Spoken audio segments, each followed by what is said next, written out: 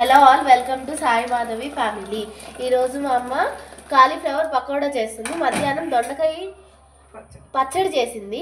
దానికి కాంబినేషన్ మధ్యాహ్నం అప్పడాలు వేయించుకొని తినేసాము.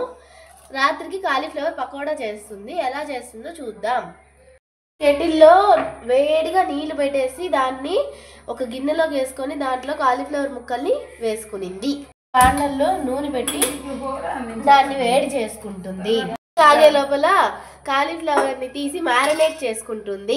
కాలీఫ్లవర్ ని ఒక గిన్నెలోకి తీసుకొని దాంట్లో సరిపోయినంత ఉప్పు, చిటికెడు పసుపు, కొంచెం అల్లం వెల్లుల్లి paste, corn flour, spoon rice flour, spoon మిరప్పొడి, చిటికెడు గరం మసాలా, స్పూన్ పెరుగు, హాఫ్ స్పూన్ వేసుకున్న ఐటమ్స్ అన్నిటినీ కాలీఫ్లవర్కి బాగా పట్టేటట్టు కలుపుకోవాలి.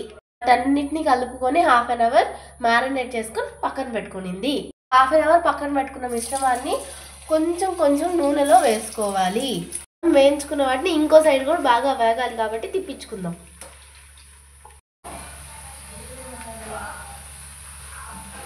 వేగిన తర్వాత వాటన్నిటిని గిన్నెలోకి ఒక టిష్యూ పేపర్ పెట్టుకొని దాంట్లో వేసుకోవాలి.